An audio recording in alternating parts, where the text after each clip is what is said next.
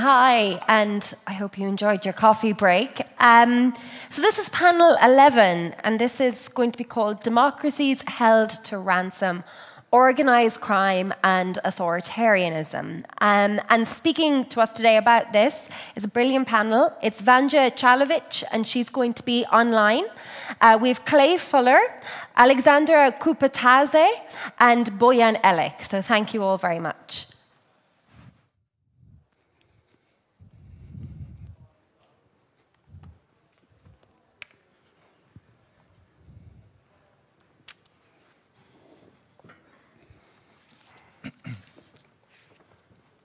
So hello, everyone. Thank you for coming back after the coffee break. I think some more people are standing outside. They will soon join, I hope.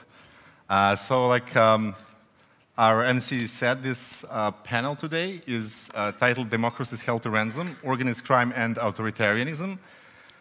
And I just wanted to give a brief technical note. Vanja was unfortunately unable to join us here live, but she's joining us online. I hope you can hear us. Greetings from Belgrade.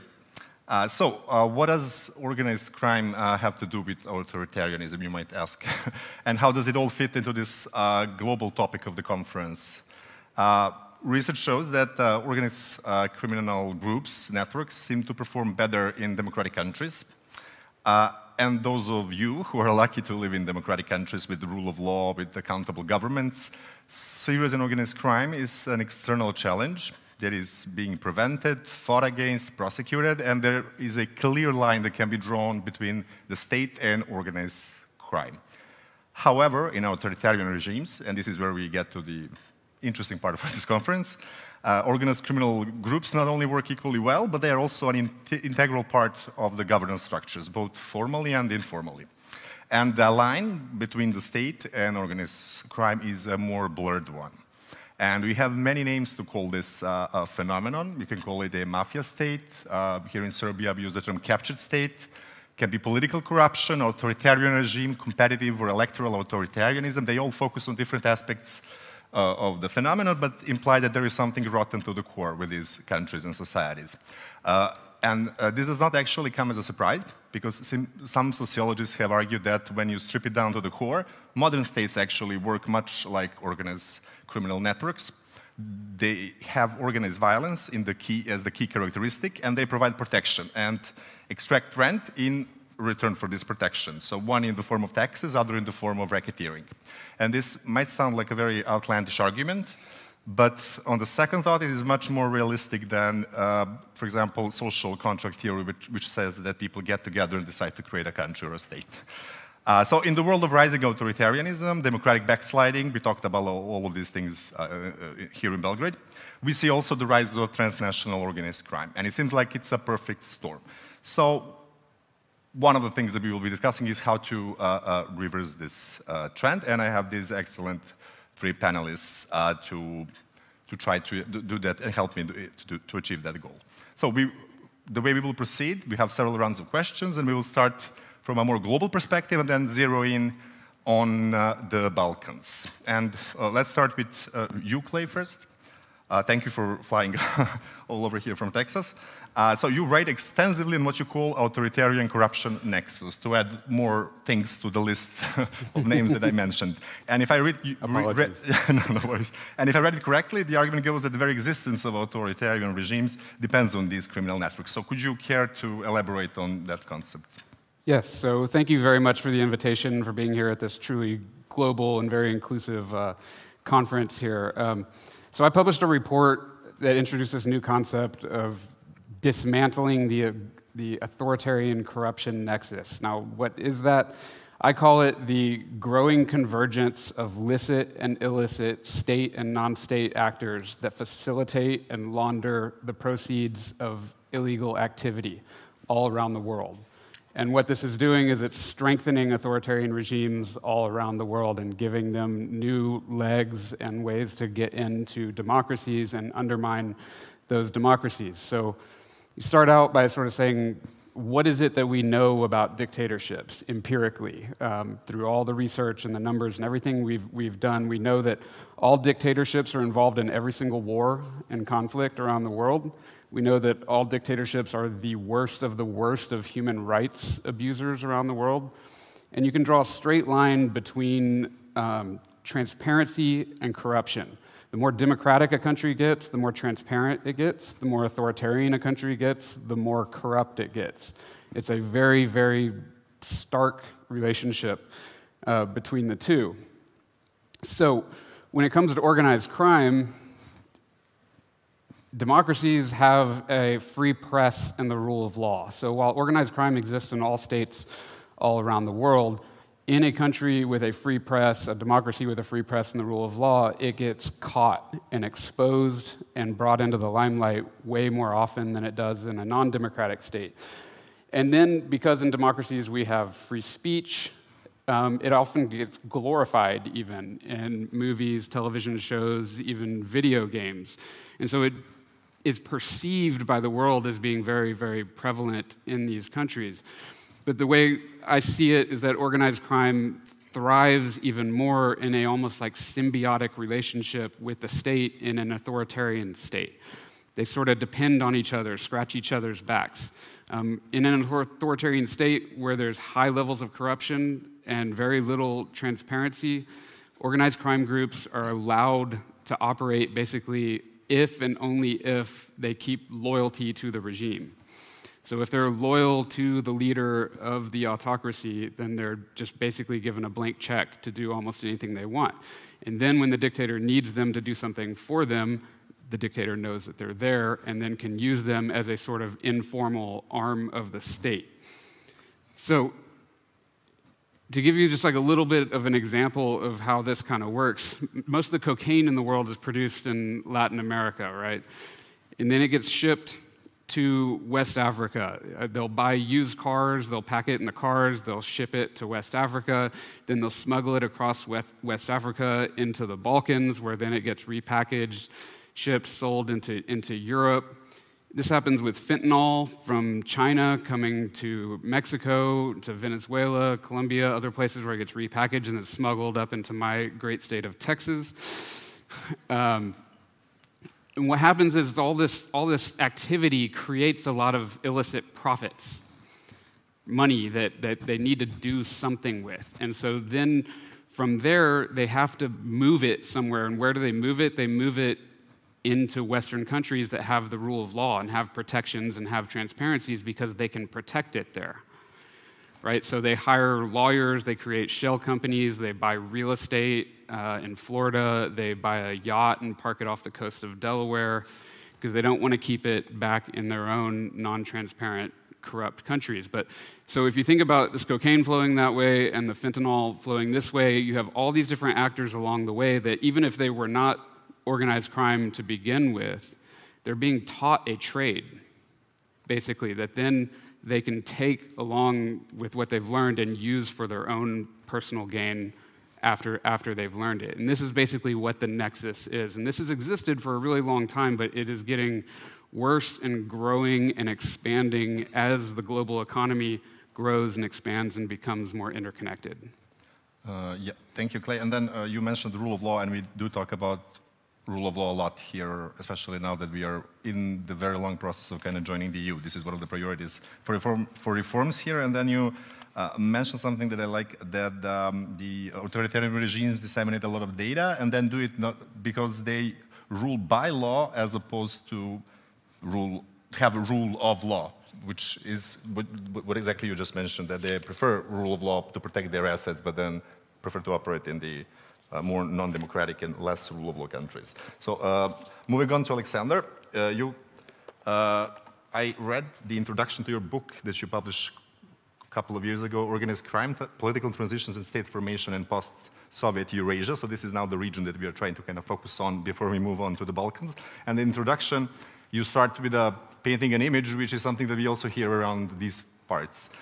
You go through a city, and then the poshiest place with the most beautiful houses, these houses belong to police officers, prosecutors, judges, politicians. And this is something that we also see here. Our ministers have the best houses, the best cars, things like that. So some 30-odd years after the collapse of the Soviet Union, do we still have what you call in your research gray political zones or transformation that has been stuck in the same place? And how does this all relate to the debate we started? Well, yes, absolutely. But first of all, I'm very, very glad to be here. Thanks for inviting. And yes, the short answer is yes. I think these countries, or most of them, they're stuck in this kind of bad equilibrium of corruption and illegality. There is this vicious circle that they're stuck in, and they can't get out of it. I also call it permanent state of illegality. So there is, we have very few cases when, not only in post-Soviet Eurasia, but globally, that the countries actually managed to break out of this vicious circle, right? I mean, in post-Soviet Eurasia, we can look at Baltics, right? I mean, Estonia is an absolute champion of anti-corruption reforms, but Baltics are exception. I mean, they've been different case anyway, even during Soviet times, right? We can look at Georgia, and Georgia has done a great deal of reforms. In mid-2000s, Georgia was the fastest transforming country in terms of anti-corruption ever registered in history by the indices as measured by the World Bank. So it's quite an achievement. But the problem is it had very limited effects, and that's a very important thing to emphasize, that if you are breaking out of a vicious circle, then you have to put in place the institutions to maintain the progress. Because what we see in Georgia is some reversal, unfortunately, of the progress that has been achieved. So I think, and I think I slightly differ on this with Clay, because, I mean, globally, I think we see some correlation between more democracy and less organized crime, but that's not necessarily the case in the places I've been doing research in, post-Soviet cases specifically, because, I mean, what political competition means in this case is the competition over the resources. So political competition in developed democracy, that's checks and balances, that's political parties performing better because they're competing for the votes. But what happens in countries like Kyrgyzstan or other countries, I don't want to mention all of them, is this competition over who is more corrupt rather than who is less corrupt, who has access to which illegal markets, and who is better off in terms of this capacity to extract the rents from illegal markets. And political pluralism in this case basically means just more actors, more people who want a share in this pie of corruption and illegal markets. So it just multiplies the people who want to be corrupt. So in that sense, it's really daunting to see that not necessarily you have this correlation. And again, since I mentioned Kyrgyzstan, I will go on with Kyrgyzstan. It's more democratic than many of these neighbors, but it's even more corrupt, and it's even more impacted by organized crime than Tajikistan or other countries. And I think you can say that about Belarus if you compare it to Moldova historically. I mean, things have been improving in Moldova dramatically. So I think over time, these actors, mechanisms, and practices, they change. I mean, it's not like in the 90s anymore when organized crime would extort fees from the entrepreneurs, right? I mean, it's not this type of extortion rackets. Now it's semi-legal kind of forms like corporate writing that actually needs the involvement of formal institutions like courts, right? But the underlying idea is the same. That is illegality and corruption that's kind of developed into an alternative way of doing things, or alternative way of governance. But what I think is important, and that's my last point here, is that in authoritarian regimes we see a lot of collusion. There is Collusion to the extent, the collusion between state and organized crime, to the extent that it's no longer useful to distinguish corruption from organized crime.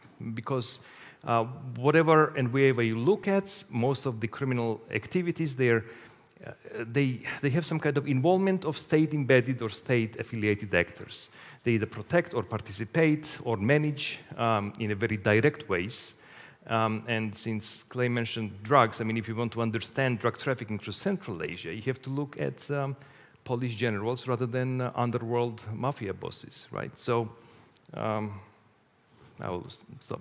Thank you. That was a great segue into Vanja. Vanja, can you hear us? I hope yes. We are now focusing on the Balkans. You coming from Montenegro and being expert on this topic in the region, can you provide an assessment of how we ended up here? And I would like to ask you to maybe go back to the 90s. Let's take the same, maybe 30 years time slot. If you could tell what was the role of organized crime and how it contributed to state building in this part of the world? Thank you very much for the invitation. I'm really sorry that I wasn't able to join you in person today, and I hope there will be another opportunity. When we are talking about organized crime in the Balkans, it is important to understand that during the 90s, when ex-Yugoslavia fell apart and the war started, criminal groups continued to cooperate. These criminal groups benefited also from specific knowledge that existed among members of structures such as police, secret police, the army. So people who were trained, in whom the state was actually investing in developing their specific skills, who were recruited by organized crime, or who were actually working on behalf of the state hand in hand with organized crime. Because countries like, for example, Montenegro, but certainly not only in Montenegro, in the Balkans, actually engaged in state-organized organized crime.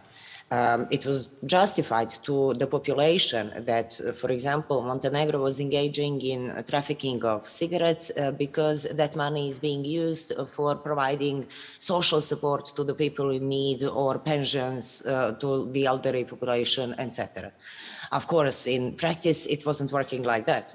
In practice, first of all, significant part of the money was going into the private pockets, of course, and these linkages that were developed with criminal groups outside of the country and criminal groups inside Montenegro continued to exist even after a state officially abandoned the trafficking business and the illicit activities. After the sanctions were over, after the war was over, these criminal structures continued to operate within the most sensitive institutions which were supposed to fight against organized crime. Some of their friends from the 90s were even officially on the other side of the law, but this cooperation actually was a fertile soil for continuation of such activities. And you would find in academic theory a lot of evidences that there was no political structure that willingly engaged in dismantling the channels for any kind of illicit activities. That was the case in Montenegro as well. However, since the state was not anymore officially involved in the crime was evolving. The state was trying to prove that there are actually some reforms happening, but in practice, they were engaging in creating such a system that was providing incentives for organized crime, that was providing so many spaces for maneuver that actually the state continued to be supportive to criminal activities.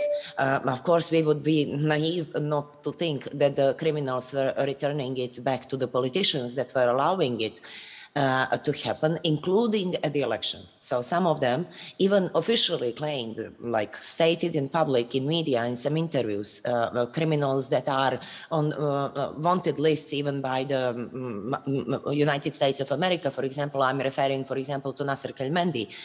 They said that they were actually funding some political activities and some in relation to some of the elections related to Montenegro. So in that sense, The problem of organized crime in the Balkans is that their capacities grow, their connections with criminal groups from other countries, especially with Italy, but also with Latin America. And we are seeing that from more recent cases that they have actually established very close links with groups that are producing cocaine in Latin America, and that quality of the drugs that is coming to Balkans is increasing.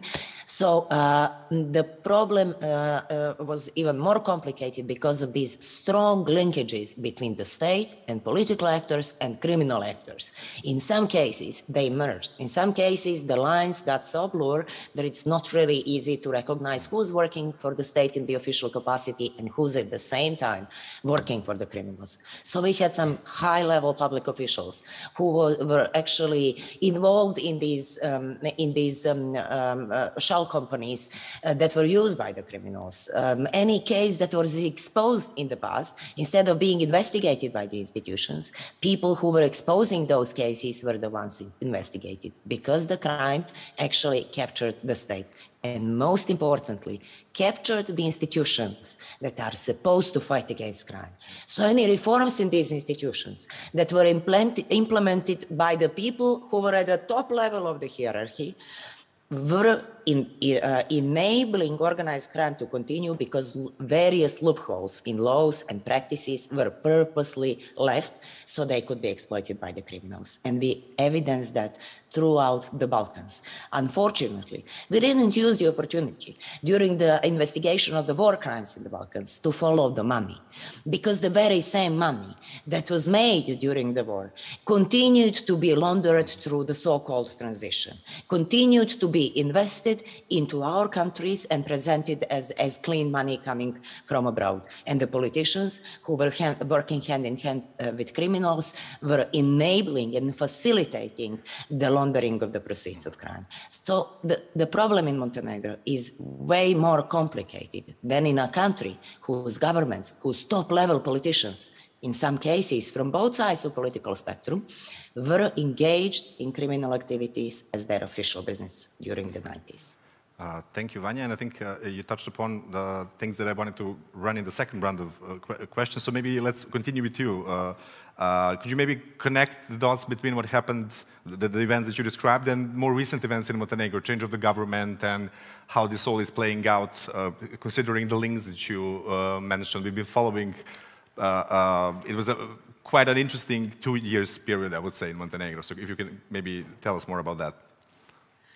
Yes, it is an interesting 2 years period in Montenegro, where unfortunately reforms continue to be delayed.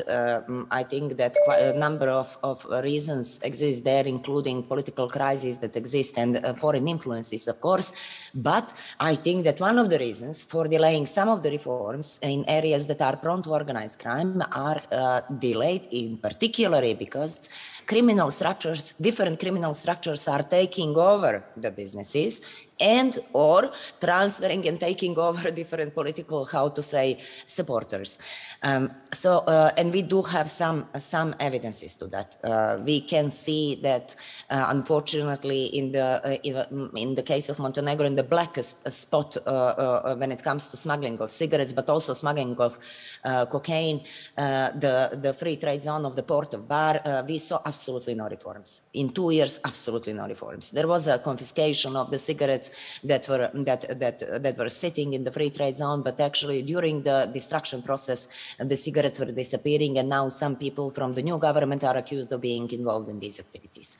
The problem is that they are being accused by the other political structure which was involved in those activities for about 30 years. So the biggest problem that we are evidencing now is that it is a relativization of those crimes, that everyone is involved in it, so it doesn't really matter, and there will be no accountability because everyone has a piece in crime. And that's exactly what one of my colleagues was referring to before. And that's the biggest danger that we are experiencing with the change of the government, because people are not saints, people are corruptible.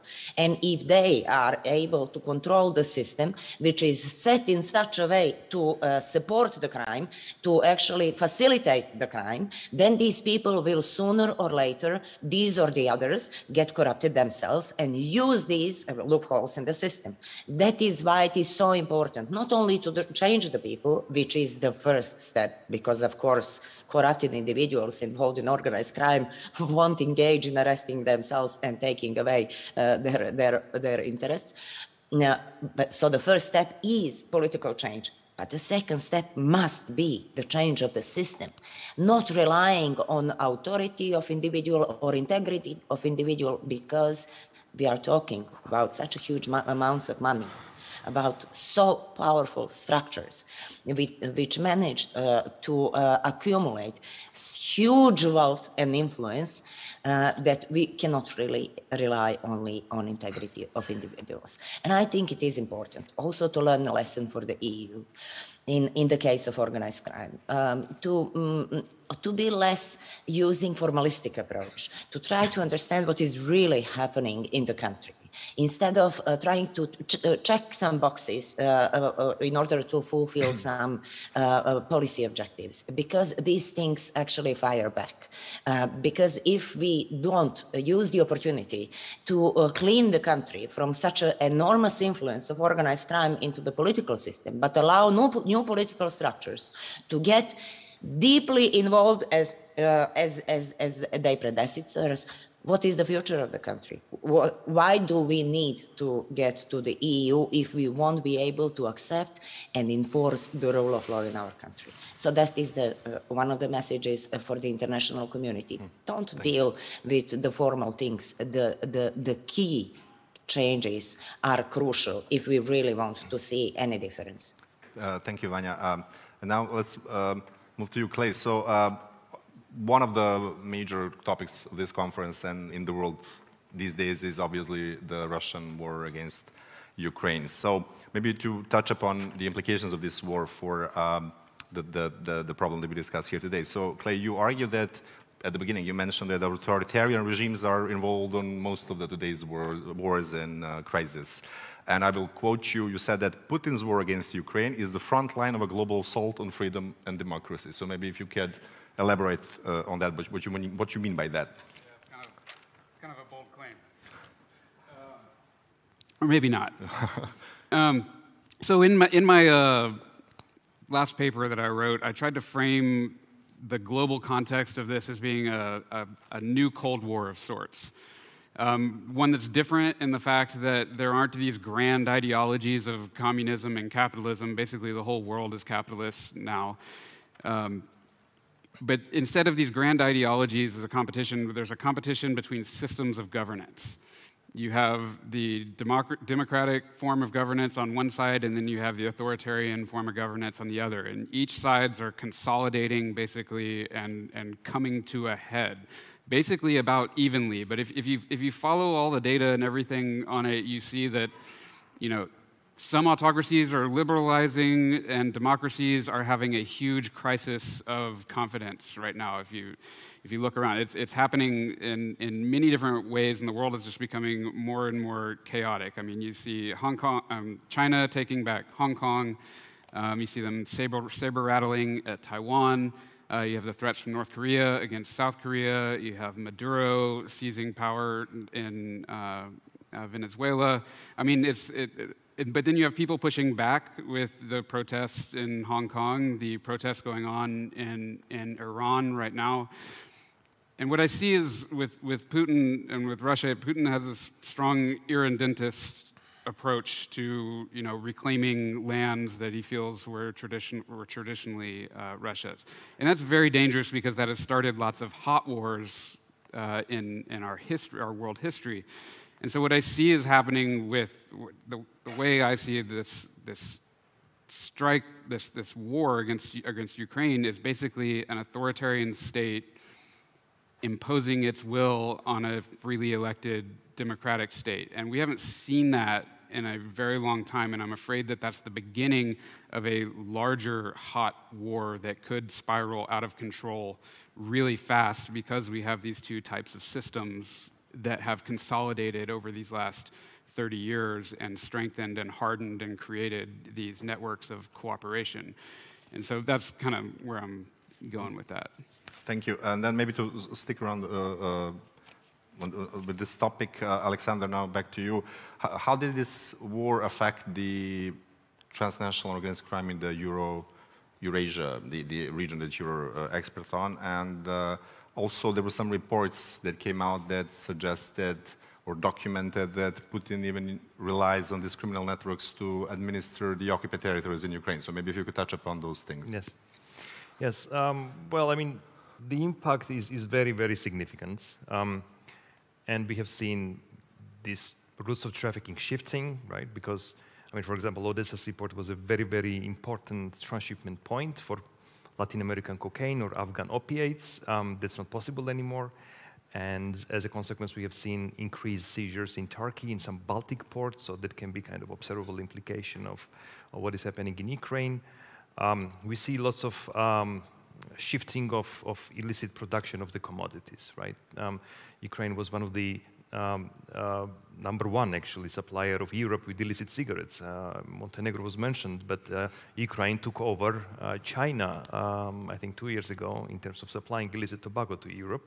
But since that decreased, Belarus stepped in, and we have seen a lot of illicit tobacco coming out of Belarus. So there's this kind of implications, of course. And we have actually done a research on that, and the report will be published on Tuesday, maybe, or Monday. That's by United Nations Institute of Crime Research. And what we found is very interesting, because looks like most of these things are coming back in terms of transnational crime. I mean, Ukraine is engaged in a heroic war. They show lots of ingenuity and resilience in this unjust war and invasion, but interestingly, some of this ingenuity and resilience also applies to illegal schemes, because we have seen a lot of this kind of bouncing back in a very short period of time. And now there are even more opportunities, right? There's lots of legal trade has been made illegal because of the sanctions, right? There's a bunch of products that cannot enter Russia anymore because they are banned. They cannot be exported. For example, luxury goods or Western-produced alcoholic products, right? They cannot be exported, and lots of products cannot leave Russia. But there's still demand on these products, and because of that, smugglers and traffickers can supply those products with very high profit margins. And of course, there's an interest to supply these products, right? There's also lots of looted commodities being traded. There's lots of coverage of grain stealing from Ukraine by Russian forces. So what gets less coverage is very important and interesting diversion and stealing of cultural artifacts from the museums in occupied parts of Ukraine, which is very, very alarming. Trafficking of humans and smuggling of humans got a boost. It's a bigger market now. There's a whole industry of smuggling of military-age men out of Ukraine, unfortunately. And what is less, I mean, it's very difficult to verify because there's a huge Russian disinformation campaign to prove that there's lots of arms trading going on. And that's with the purpose to undermine the Western military aid to Ukraine, and 99% of this is not true.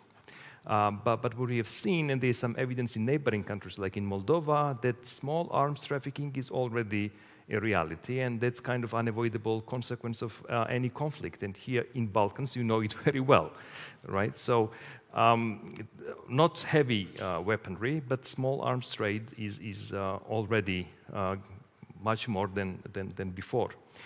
So I think the problem is that international police collaboration was not prioritized in the beginning of the war because there was all emphasis on humanitarian and military aid. And some damage has been done. We don't know about this damage yet. We may know in the future. But now international police collaboration improved. But what I see is that we are in this kind of catch-up mode with very innovative and skillful smugglers. And we are not getting ahead of them yet, unfortunately. And there's lots of new and very innovative schemes of different types of smuggling and trafficking, different kind of commodities, which are very difficult to detect. But what has to be mentioned is that Ukrainian law enforcement has been doing extremely well, given all the pressure on them, right? And in some areas, they even overperformed, like cybercrime and cyber threats, for example. So there's a mixed evidence from the field. But could you maybe comment on the second part of my question about the criminal networks operating in the... Well, it's briefly. It's not only the phenomenon in this part of the world. Illicit proxies and the use of illicit proxies is an established practice in many different places. The regions that are difficult to control or they're far away from the capital, for example, where the central authority doesn't have enough power to control, they have to ally themselves with different types of illicit proxies to establish control. And unfortunately, we have seen that in Crimea. We have seen, by Russia after the annexation. We have seen it in Luhansk and Donetsk. So this is, of course, ongoing. Mm-hmm. Thank you. It seems we are running out of time faster than I had expected, so maybe let's move on to the last round of questions, and it has to do with how do we move forward in tackling these issues, if these are the challenges that we see. So we have, which you, Clay, described as this new Cold War, kind of now starting to be hotter, where authoritarianism is fighting against democracies. We have these changes and rises in transnational organized crime, democratic backsliding. So how do we get out of this situation? How do we democratize these countries? Because if we are stuck in the state of permanent illegality, like it was mentioned, or these gray political zones, different names be used, but how do we move ahead? Vanja, maybe let's start with you and then zoom out to a more global perspective. Feel free to relate to the, again, most recent developments in Montenegro. I think that introducing safeguards into the areas that are the most prone to organized crime, and we all know what those are, we all know where organized crime is mainly laundering their money, in the areas where there is already a big money so they can hide it. So introducing safeguards, and I think in the case of Montenegro, one of the major safeguards is about transparency. It's not about relying on integrity of individuals who were involved in the crime or who might get involved in the crime. It's about exposing as much information as possible so anyone can see what is happening in these areas and blow the whistle if something suspicious actually occurs. I think that transparency is making it more complicated and therefore more expensive for organized crime to engage in their businesses, because they have to find ways to hide much more information than if they are operating in a system which is lacking transparency, which is closed, where only a few people actually have the access to information that could reveal organized crime. I don't think that the solution at this point, where we have major political actors being part of the problem, I don't think that the solution could rely on them. I think that's why we need to find ways to involve much bigger number of people and the society, and we need to find a way for international community to have some more targeted actions. There are many new tools that are available at the international level, and I think that they could be much more used in the case of the Balkans, and I'm referring to various prosecutorial authorities at the European level when it comes also to use of the EU funds, etc., and also to the new approach of the US administration. So these tools can be used more effectively in order to show that there will be price to pay for organized crime, as long as we allow criminals to live to a safe haven and keep the proceeds of a crime. There is no reason for them to actually stop with that business. That is why one of the major things is international cooperation in identifying the proceeds of crime and transparency in the ownership registries. We all know that they never own the property, or nearly never own the property in their own names. They own it in the names of proxies or in the names of shell companies. And actually, the ones that are facilitating a major part of the money laundering are the very well-known, experienced lawyers that are operating in the Western countries. And they help us. They help them open the offshore companies and use all this web of secrecy in order to hide proceeds of the crime. And that's where we can have actually these countries acting and making sure that those facilitators of organized crime in terms of the money laundering are facing with serious sanctions, which is not unfortunately all the time the case, because the cooperation is lacking, not only with our countries where a lot of information is leaked and it is hard to expect that there will be some fruitful cooperation with the authorities for the reasons I mentioned before, but among the EU countries themselves. It is not so complicated to identify the biggest companies of lawyers, of banks, and the others which are facilitating the crime, for example, in London. But what is happening with the political will to actually open up this information, which could then send the investors to some other countries. If we don't see a political will in the countries where they are hiding their proceeds of crime to reveal that information, unfortunately, we will continue to lose this battle.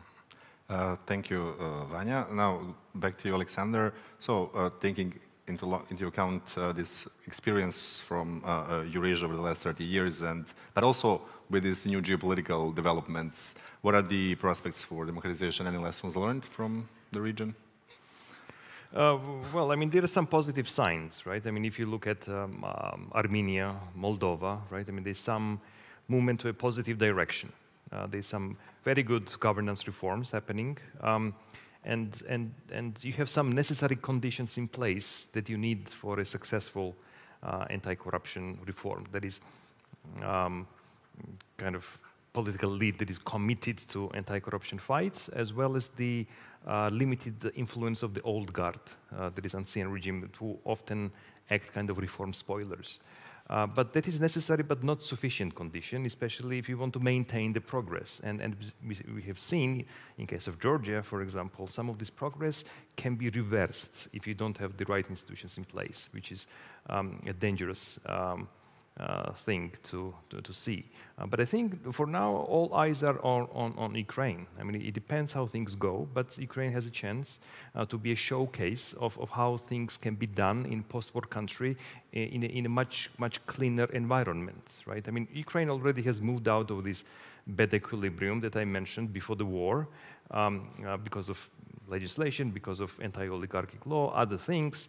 But now there is a real chance that this popularity of the Zelensky government and the political capital he has can be leveraged into pushing very painful reforms. And I think there's an understanding of that, and I think there's an understanding that post-war reconstruction and the huge funds related with that has to be spent in a transparent and accountable manner. If not, there's going to be a problem everywhere. And I mean, if you just think about it, I think Ukraine loses, by some estimates, $40 billion per year due to corruption. And last time I checked the numbers by Kiev School of Economics, who does a great job of compiling different numbers, trying to quantify the damage by the war, you don't need more than 40 billion to restore some of the key infrastructural damage done in Ukraine. So, I mean, no one says corruption can be solved entirely, but if you solve at least some issues related with it, you raise enough funds to do something. And again, there's lots of positive signs, and I'm very optimistic. Thank you, Alexander. Now, finally, you, Clay. You do have a proposal also to add to this list of recommendations, and I think it's a very in the spirit, like it's a very an American way of doing things. If you can maybe explain to the audience. Quickly, I'd like to echo Vanja's call for transparency. There's some great new academic empirical work out there on transparency as just being credible aggregate data. And we need more of that, and for the exact reasons that Vanja said. And there are great promises behind blockchain technology and double ledger systems to be able to bring that technology to trade and payments all around the world. And so I think that's one great solution that should be explored. But thinking about what to do about the decline in democracy, start out by saying the worst thing about investing your money in Russia is that your money's in Russia. Right? The worst thing about investing your money in China is that your money's in China. Right? There's no transparency, there's very little due process, and that even that their criminals or their oligarchs will invest all of their money in Western countries buy houses there, send their kids to college in Western countries, live there, vacation there, everything tells you something about how bad the state of affairs is there and how bad everybody there wants the rule of law and the stability of transparency and democracy. But so I came up with a proposal that I was looking at the G7, right? So it was the G7 until it was the G8 when they added Russia, and then after the annexation of Crimea, kick Russia out, and it became the G7 again. Started looking into it. There's no actual formal process of the G7. It's just basically an informal gathering of 7 nations. There's no charter. So I propose that there should be a charter for the G7, that it should be exclusively for just democracies that are defined in the charter. And there should be a process built out of that for ascension to the G7 to give other countries some sort of specific steps that they have to take in order to get into the kind of similar to the EU, the beginnings of the EU. But there also has to be, the important part of it is there has to be a way to kick people out of the G7. And of course, you'd have to change the name every time you add anybody, but there has to be a process to kick people out if they fall below whatever the threshold is. So if there's unanimous agreement within the group that one country has dropped below some measure of, election transparency or financial transparency or anything like that, then they'd have a process to throw them out. And one of the other things I've sort of added to that over the years is term limits. So we always argue over how we define what a democracy is, and in the post-Cold War era, the interesting thing is that every single country around the world holds elections. Even North Korea holds elections. I mean, there's only one person on the box, right? But they still hold an election because everybody does it. And they call themselves a democracy for it. So one way to get around that is to add to the definition and add to these requirements of a new G7 is that you got to throw the bums out of office every once in a while. There has to be some kind of regular rotation of the executive, which is something that has been kind of missed in a lot of the discussions around this. Thank you. But can you also maybe tell us your impressions about this? I think President Biden started this process last year, the Summit for Democracy, and then we are now in the first year. The second summit will take place in December. A line will be drawn, and we'll see how much of the commitments the government has made. Would that be something similar or along the lines that you propose, where we need to keep democracies in and the authoritarians out? Yes. So the Summit for Democracies is a great first step, and it's a very bold. I think the ideas behind it are very well developed and good. But the problem is that it's a little too inclusive, in my opinion. So, I mean, this is my complaint about the G20, right, is that you bring in all these non-democratic states that are introducing all this stuff into your discussions, that there needs to be this more isolated, consolidation of democracy. Because you look at the January 6th insurrection in the United States, you look at protests going on in democracies all around the world, there's a huge crisis within the established democracy, the established consolidated democracies that exist. And so that needs to be sort of healed first somehow, so these states can stand up and be a true beacon to attract the rest of the countries away from the lure of authoritarianism. Mm-hmm. Thank you. And then now we have some 8 minutes maybe for questions and comments from the audience. So we are ready to hear. You can also contribute to the debate if you agree or disagree with some of the things that were mentioned. I don't see very well because of the light, but I don't think there are any. I have some. Sorry. Oh yeah. Sorry. You go. I was going to ask questions, yeah, but of course. Yeah. Just waiting in. Yeah. Go.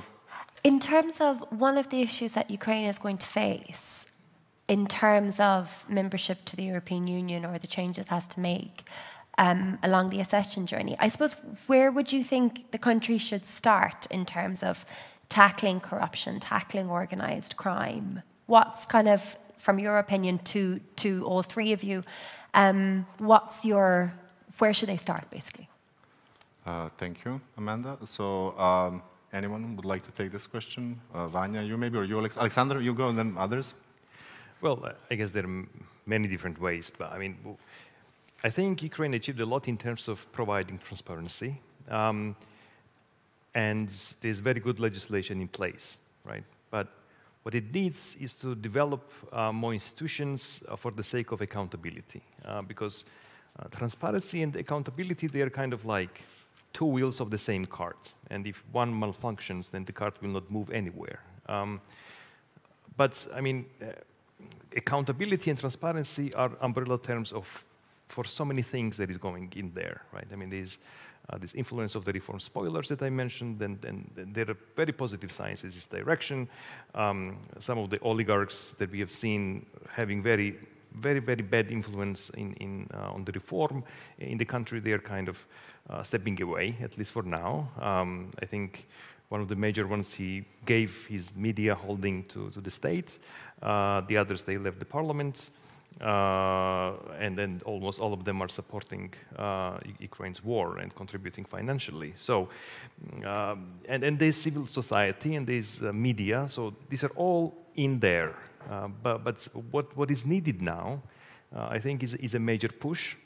And the most the biggest argument I've heard is that this kind of push is not possible by the incumbents, the authority, the president, very often, because there's lots of different power centers, and you have to balance between those power centers to maintain your own power. But that's not the case anymore. And Zelensky has all political capital to cut through this, and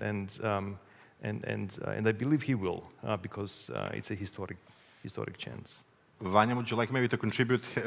I mean, because Montenegro has been in this process of joining the EU together with Serbia, you for a little longer, so maybe what are the priorities? What is something that the EU insists on? Well, I don't know enough about Ukraine and the situation there, but I would say that for the fact there are some people there who are making huge money on smuggling and illegal activities, while some people are dying trying to protect their country. So I think that the first thing that needs to be done is to show them where the money goes, especially when the aid from abroad comes, which will be probably significant. Where the money goes, that the money doesn't end up in someone's pockets, the money that is supposed to be used for helping the people and for reconstructing the country, because that's what we experienced at the very beginning. Again, I don't know clearly at which stage the Ukraine is, but I don't think that they should engage in these exercises of adopting hectically laws, which are part of the acquis, because in that process there will be so many, if it's hectic like it was in the case of Montenegro, there will be so many opportunities to have loopholes left, to have overlapping of these laws, which are going to be further exploited, and it will probably take the European Commission at least 2 years on average per the law to actually understand that they didn't use the EU standards, but they misused it to cover up for the state capture. So I think it is very important to decide which reforms have to be undertaken. For example, if corrupted judges are elected new judges, so politicians don't involve in selection of judges, that's not a reform, that's a mockery. I think, especially in this situation, that the first thing is that people need to know where the money goes. They are dying and someone is making a huge money. So publishing the information that can show that would be the first step, I think is important. Thank you, Vanja. So transparency is the way to go, I guess. All of us agree. I'm a big believer in the transparency. If you don't have the institutions which are operating properly, if you don't have the accountability, or if you don't have enough accountability, only public pressure that is created over individuals can actually yield at least some accountability if institutions are captured. I don't know if that is the case in the Ukraine, but I'm talking from the experience of Montenegro and I think many Balkan countries. Thank you. Any other comment or question? I still don't see any hands, but I wanted to go back to something else, Vanja, you mentioned, but also I would like to invite both of you to contribute. So you mentioned that we can count on individuals with integrity to kind of help us to get out of this tight spot. We have to change the system, but then you also mentioned that the system is also very corrupt. So if you have even some individuals with integrity, they soon become criminalized and corrupt as well. So it seems like a catch-22. So where do we start? How do we actually, move from this spot? That's why I told you we have to change the system. First change the system and then talk about other things. I'll give you an example of Montenegro. In the case of the free trade zone of the Port of Var, we didn't introduce any reforms.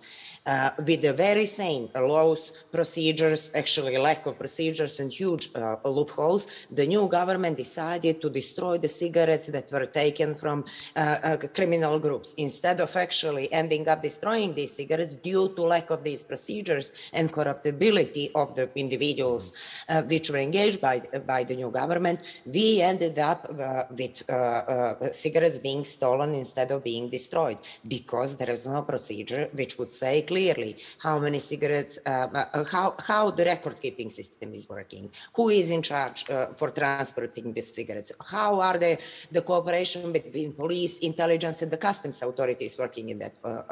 So basically, that's just an example of how, if you have the system which is allowing individuals to make discretionary decisions in areas which are prone to organized crime, at some point they're going to exploit the system. That's why it is important to scan the areas where the organized crime is most frequently appearing, whether by laundering money or actually using these facilities for their criminal activities, to identify the weak spots, to introduce changes or procedures and laws targeted to these weak spots, but actually to publish information as well, because you want to involve more people to be able to control the system if you have people in the system that you don't know who you can rely on.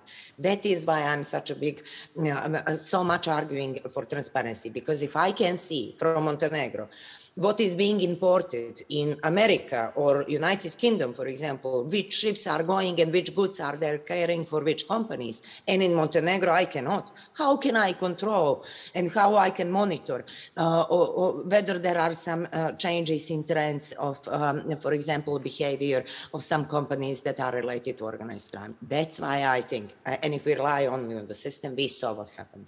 That's why I think scanning the areas, pointing the weak spots, the major spots, changing, targeted these major spots, not changing the whole system and taking forever, and then actually doing the targeted actions. Thank you, Vanja. We have 45 seconds, if I'm correct. If anybody wants... It's great that you bring up free trade zones, because I've been looking at those for a long time, and this is one of the things that we don't know anything about. And when you talk about targeted specific areas, these are geographically delineated areas that are outside of the normal basis of customs control. And we don't even know how many exist in the world because nobody has bothered to actually count them. There's some like 5,000. But you could focus on these exact ones and use the technologies that we have to be able to trace and track and have transparency and the information that we need to stop all this stuff. And we have the specific points. And so I think that's a wonderful place to start with going after these groups. Thank you. I think we are pretty much running. We have run out of time. Just wanted to thank you all, the three of you, for contribution to this panel. We have a lot to think about. And then I would just like to invite you to a coffee break that we are having right now. And then back here in 15 minutes with the next panel. Thanks once again.